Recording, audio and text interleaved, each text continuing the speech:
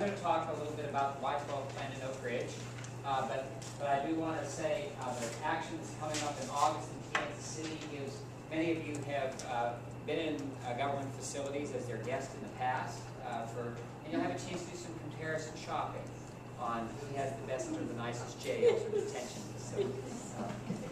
So you don't always get those chances, so don't miss this opportunity.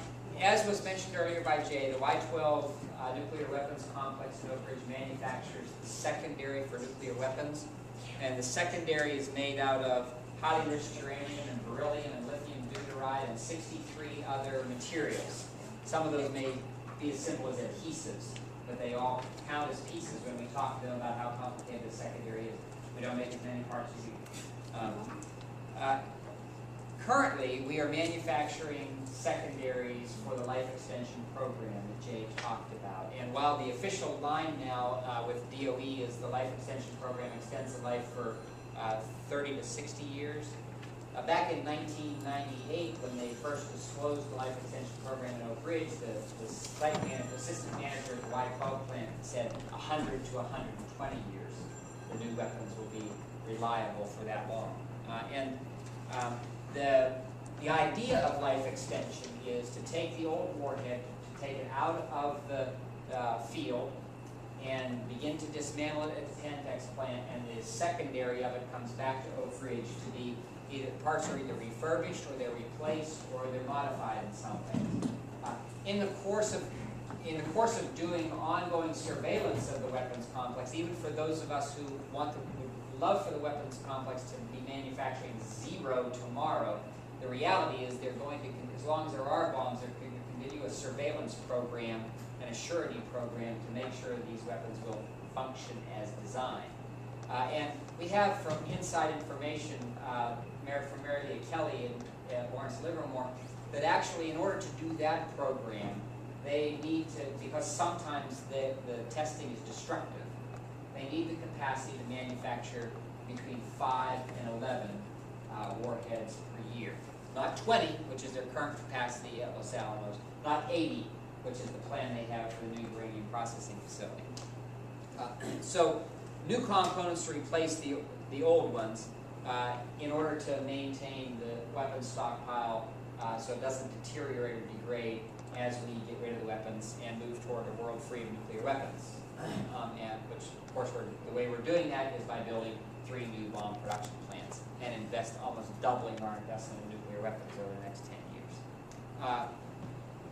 The buildings at Y-12 are deteriorating with age. They were built during the World War II Manhattan Project. They did not intend at that time that 60 or 70 years from now these same buildings would be manufacturing nuclear weapons components. So they are deteriorating. But the main building, called Complex 9212, is going to be refurbished and brought up to code over the next 6 years at a price of about $120 million. So they have a plan, because they're continuing to produce warheads there, to bring this building to meet current environmental safety and health standards. It's going to cost $120 million. At the same time, they have announced the plan to build the uranium processing facility. Just like the CMRR in Los Alamos, we don't say bomb plant, we say uranium processing facility. It's the bomb plant in Oak Ridge. $3.5 billion is the low end of the price tag. And the capacity for the uranium processing facility is not 5 warheads a year to maintain the stockpile, but it's 80 warheads a year. As Jay pointed out, in a remarkable coincidence, matches the capacity at Los Alamos and at Kansas City. And it does expand our warhead production capacity. This is what President Obama is doing. If we didn't have the screen up and if the board was clear, I'd draw you a quick little chart. Over the next 8 years, we are going to refurbish and modify the W-76 warhead at Y-12. They're already doing it, but the total number that are scheduled is 2,000 W-76 warheads. So we started from where we are now, and over the next 8 years, moved up to 2,000 and go like this. At the same time, the United States has signed the START treaty with Russia that commits us to bring our nuclear stockpile down to 1,500 and 95. Somewhere around 2014 or 2015, those two numbers are going to cross. We're going to be refurbishing more nuclear warheads than we're allowed to have in our stockpile. That's somewhere in the 2014 to 2016 window. The new bomb plant we have to build in Oak Ridge to produce 80 warheads a year doesn't come online until 2018. All right? So I say that just to point out the obvious duplicity of our current national policy. We intend to maintain an enduring nuclear stockpile. To do that while we tell Iran it cannot even enrich uranium for civilian purposes because it might use that uranium in a bomb. We are maintaining an enduring nuclear stockpile. There is an alternative use for the Y-12 plant because it is also the designated facility to dismantle highly enriched uranium secondaries. There's about a 15-year backlog of secondaries awaiting dismantling at Y-12 now, and hundreds more to be added as the START treaty kicks in. And the reason there's a backlog is because production always trumps dismantling. Money and facilities and worker capacities is invested and dedicated in the production of nuclear weapons, not taking apart the old ones.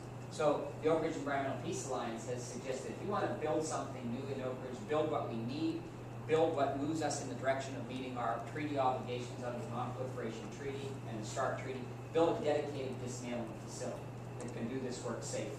And we proposed that during the environmental impact statement process that the Department of Energy is still in the process of working through for the uranium processing facility, the bomb plant. And that, so that is my little segue into talking very briefly about how the Oak Ridge Environmental Peace Alliance is resisting the stuff that's happening in Oak Ridge.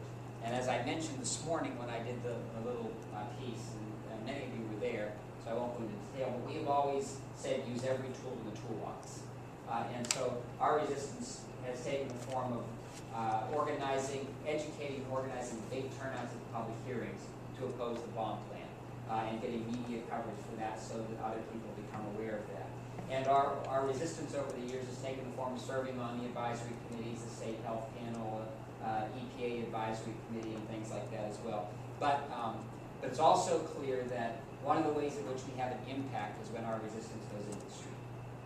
And when we do civil disobedience and civil resistance, not only the people who get arrested, but the people who are there in support, the people who are there who make it a media event as well. So that the impact of the arrest is compounded, is multiplied through the media. People pay attention. We've had actions in Oak Ridge, and the judge says sometimes, why don't you just go out there and do what you want without getting arrested? We've had actions in Oak Ridge without getting arrested, and if there's nothing else happening, maybe somebody from the media will come out and write a little story about it, and maybe the paper will print it. But what we know is if we have an action and there is civil disobedience and civil resistance, the word goes out. And everybody who lives in this area, and sometimes regionally, and the action that we'll have on Monday morning will no doubt be on AP's National Wire before it's over, and the Washington Post has a reporter who's been asked to file on the action that happens on Monday. So that multiplies the effect of this, and it gets the word out to a broader audience. In addition to the sort of special event, resistance events, I also want to mention, because you'll get to experience it tomorrow afternoon, that Aretha has had an ongoing witness in opposition every Sunday afternoon at 5 o'clock for more than 10 years. We have been at the gates of the bomb plant. Having an ongoing witness. Every Sunday at 5 p.m.